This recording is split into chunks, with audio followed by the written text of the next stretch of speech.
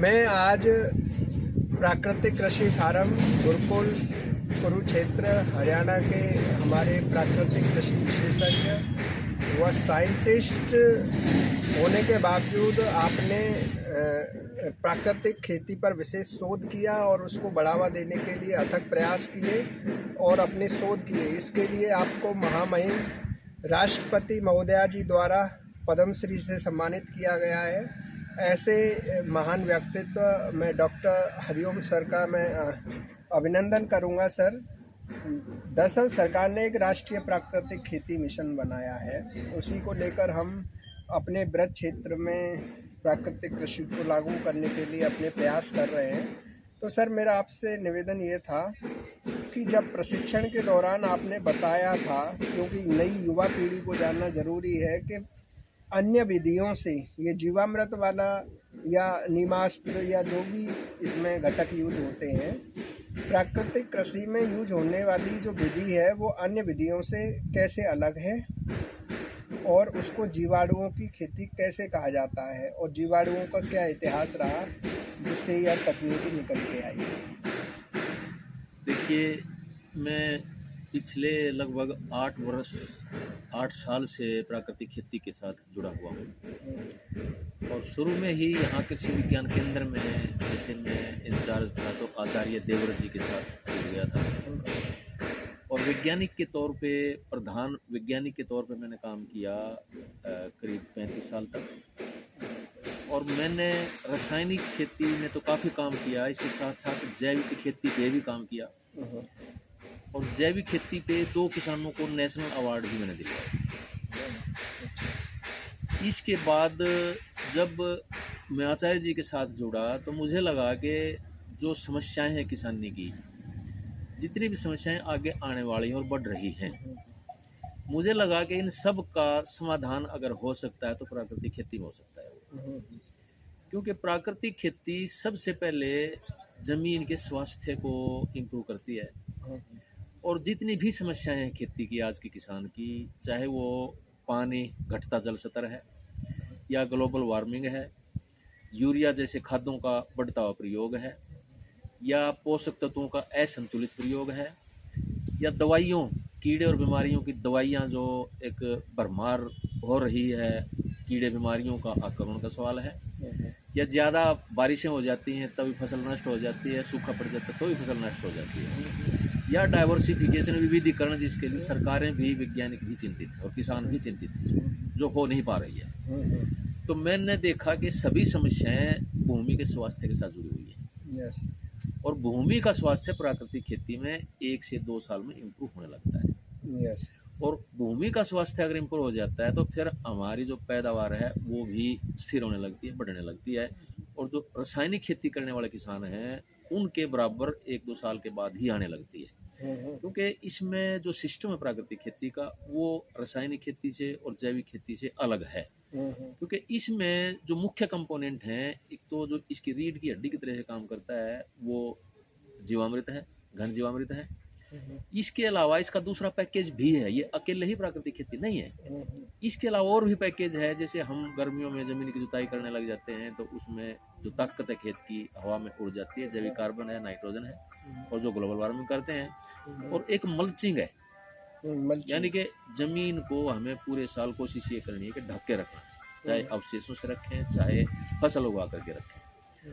और एक हरी खाद के तौर पे जैसे सूक्ष्म जीवाणु को भोजन देना होता है, क्योंकि प्राकृतिक खेती जो निर्भर करती है वो सूक्ष्म जीवाणुओं की निर्भर करती है। इसमें हम सूक्ष्म जीवाणु बढ़ाते हैं और सूक्ष्म जीवाणुओं में एक ऐसी ताकत होती है कि विशेष तौर पर जो यूरिया की ज़रूरत है, नाइट्रोजन की ज़रूरत है, उसकी प्राकृतिक खेती में पूरी तरह से भर्ती हो जाती है। क्योंकि बहुत से सूक्ष्म जीवाणु ऐसे हैं जो हमारे वातावरण में नाइट्रोजन है जो यूरिया के अंदर होता है, जो यूरिया के द्वारा हम पूरी करते हैं, ये 78% विद्यमान है हवा में। इसका मतलब ये है कि हवा में हम यूरिया के समुद्र में खड़े हुए हैं। केवल सूक्ष्म जीवाणु को कुदरत ने यह ताकत दी है कि इस नाइट्रोजन को खींच के जमीन में या पौधों की जड़ों पे फिक्स कर सकते हैं। उदाहरण के तौर पे दालों में आप देखते हैं राइजोबियम सूक्ष्म जीवाणु होता है और नीचे गांठें बन जाती हैं, खाद की गांठें होती हैं और वातावरण से ही नाइट्रोजन खींच के की हुई होती है वो। तो इससे क्या है कि जो सूक्ष्म जीवाणु को बढ़ाते हैं मुख्य जो इसमें कंपोनेंट है वो जीवामृत ही है। और जीवामृत हम अगर ट्रेनिंग लेकर के शुरू करते हैं और इन चीज़ों का ध्यान रखते हैं तो इसमें हमारा ज़मीन का स्वास्थ्य ही बढ़ता है। इसके अलावा जो लाभदायक जीवाणु हैं जिनसे कीड़े और बीमारियों का कंट्रोल होता है वो भी बढ़ते हैं। और इसके अलावा जो चिंता किसान को रहती है पैदावार की, वो भी पैदावार जल्दी आने लग जाती है। और मान लो 1-2 साल कम भी आती है तो उसका खर्चा घट जाता है और किसान का टोटल नेट जो रिटर्न है वो कम नहीं रहता। अच्छा। तो सर, जैविक खेती और प्राकृतिक खेती को लेके जो किसान हैं वो कई बार डिफरेंस नहीं कर पाते हैं, और बहुत सारे लोग जब हम प्राकृतिक खेती की बात करने जाते हैं तो वो उसको ऑर्गेनिक जैविक खेती से उत्पादन समझते हैं। उसमें क्या बेसिक डिफरेंस है सर? देखिए जैविक खेती में और इसमें कई डिफरेंसेस हैं। एक तो यह है कि जैविक खेती में हम जैविक खाद का प्रयोग करते हैं, ऑर्गेनिक मैन्योर का प्रयोग करते हैं, वो भी ज़्यादा मात्रा में करते हैं। जैविक खेती जब भी दिमाग में आती है तो हमारे दिमाग में गोबर की खाद या केंचुए की खाद दिमाग में आती है। ये दोनों ही हम उसमें ज़्यादा मात्रा में यूज़ करते हैं, लेकिन प्राकृतिक खेती में इसकी ज़्यादा ज़रूरत नहीं रहती है, क्योंकि इसकी ज़रूरत सूक्ष्म जीवाणुओं के थ्रू हमें पूरी करनी होती है। तो उसमें क्या है कि एक तो खर्चा ज़्यादा है जैविक खेती में। खर्चा ज़्यादा इस रूप में है कि बाजार में एक जैविक उत्पादों की यानी कि इनपुट्स की भरमार हो गई है। कहीं ह्यूमिक एसिड के नाम पे, कहीं कार्बन के नाम पे, कहीं नीम ऑयल के नाम पे, कहीं ट्राइकोडर्मा, सूडोमोनास, मेटाराइजियम, ये बायो फर्टिलाइजर होते हैं इनके नाम पे।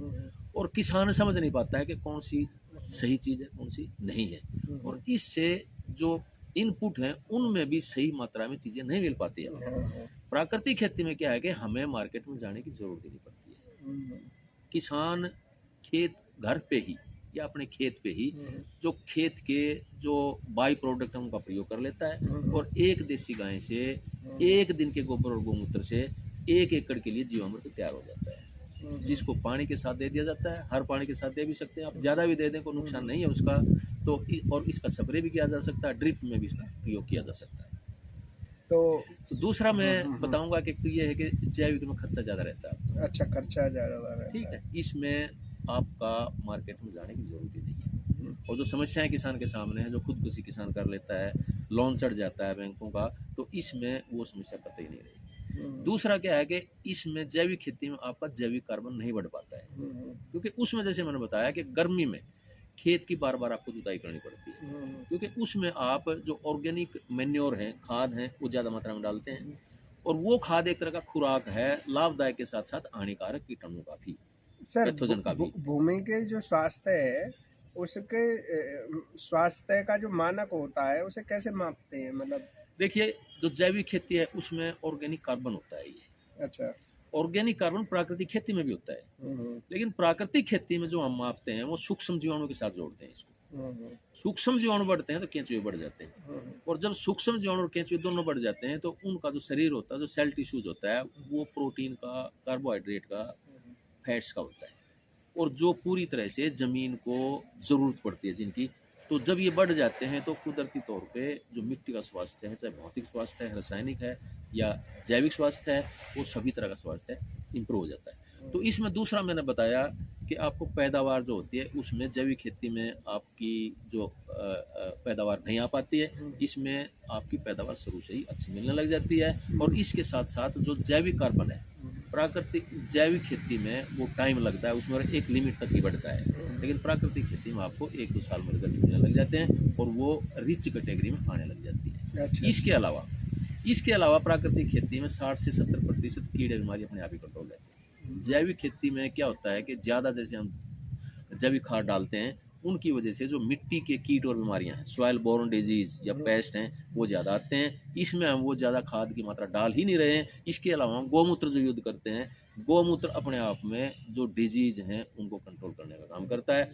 तो इसका मतलब ये होगा कि जैविक खेती में कीड़े बीमारियां आपके ज़्यादा आते हैं, जबकि प्राकृतिक खेती में 60 से 70% अपने आप ही कंट्रोल लेते हैं। इसके अलावा जो ग्लोबल वार्मिंग है, ग्लोबल वार्मिंग गैसेज जैविक खेती में ज़्यादा एमिट होती है। इसमें ग्लोबल वार्मिंग गैसेज ना के बराबर होती है, क्योंकि जो भी खेत में हम डालते हैं कूड़ा करकट या अवशेष या थोड़ा बहुत जो घन जीवाणु वगैरह डालते हैं, तो उनको ये भोजन होता है सूक्ष्म जीवाणु का। अच्छा। सूक्ष्म जीवाणु को खा के उनके शरीर के टिश्यूज बन जाते हैं, इनका हिस्सा बन जाता है। और वो जब मरते हैं तो उनसे उमस बन जाता है, जैविक कार्बन बन जाता है, और वो जैविक कार्बन पौधे का भोजन बन जाता है। इसलिए वो जो तत्व थे जिनसे गैसें बनती हैं, ग्लोबल वार्मिंग करती हैं, तो इसमें वो वहीं पर घूम जाती हैं और वातावरण में नहीं जा पाती। बहुत बहुत धन्यवाद सर। सर मैं जानना चाहूँगा, आजकल के युवाओं को जो खेती किसानी में आना चाहते हैं वो दरअसल ज़्यादातर ऑर्गेनिक शब्द को ज़्यादा रटते हैं, क्योंकि इसका प्रचार प्रसार पहले बहुत हो चुका है। लेकिन अब जो महामहिम राज्यपाल गुजरात आचार्य श्री देवव्रत जी ने प्राकृतिक कृषि की मुहिम चलाई और आपको पद्म श्री सम्मानित किया गया इस पे विशेष शोध कार्य के लिए, तो मैं ये जानना चाहूँगा कि जीवाणुओं की खेती इसे क्यों कहा जाता है और इसका इतिहास क्या है, जैविक खेती का इतिहास क्या है और फिर प्राकृतिक खेती का क्या।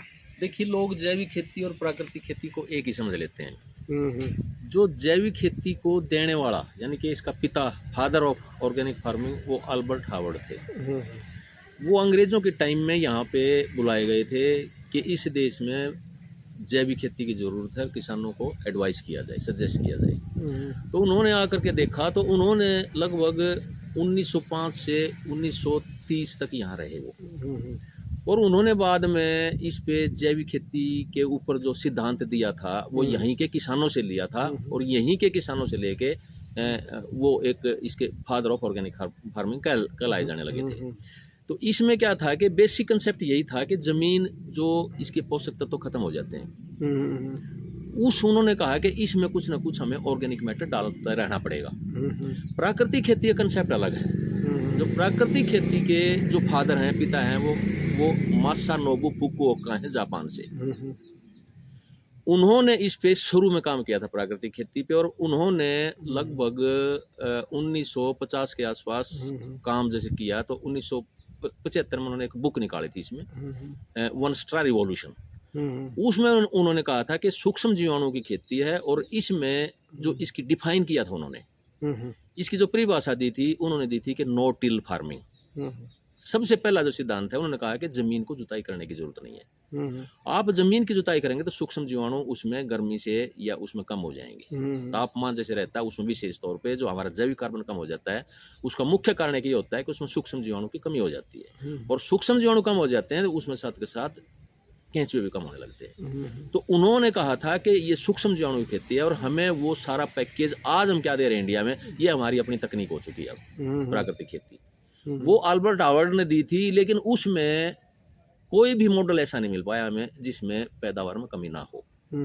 प्राकृतिक खेती में आप आज देखेंगे देश में हजारों मॉडल आ चुके हैं, और इसका एक पैकेज है जिसमें मुख्य रूप से सूक्ष्म जीवाणु खेती इसलिए कहा जाता है कि इसमें सूक्ष्म जीवाणु खेत में बढ़ाए जाते हैं, और जब सूक्ष्म जीवाणु बढ़ जाते हैं तो खेत की ताकत अपने आप बढ़ जाती है। इसके साथ साथ जो लाभदायक जीवाणु वो भी बढ़ जाते हैं, कीड़े और बीमारियों का कंट्रोल भी स्वयं हो जाता है।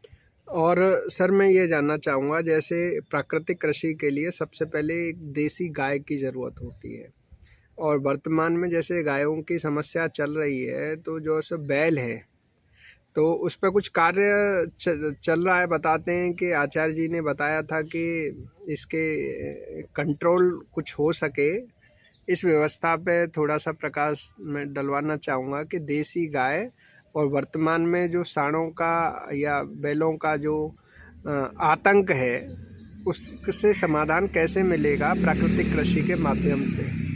देखिए, अब तो जैसे आचार्य जी ने गुजरात में एक जो इम्प्रूवमेंट, एनिमल इम्प्रूवमेंट का, जो ब्रीड इम्प्रूवमेंट का प्रोग्राम चलाया है, उन्होंने जो आर्टिफिशियल इंसेमिनेशन है, उसमें क्या होता है कि ज़्यादा बछड़ियाँ पैदा होती हैं, और मान लो जब प्रेजेंट हालात में एक आतंक है जैसे इनका, तो इसमें क्या करते हैं कि एक आध किसान ने ये एक्सपेरिमेंट किया, क्या इसको प्रैक्टिकली किया है। मध्य प्रदेश के किसान हैं, वो क्या बता रहे थे, जो ये बैल और गायें घूमती हैं सड़कों पे, उन्होंने जैसे गायें हैं बगैर दूध देने वाली हैं, तो उन्होंने खेत में वो बांध ली थी, और उनका गोबर और गोमूत्र ही उसने प्रयोग किया।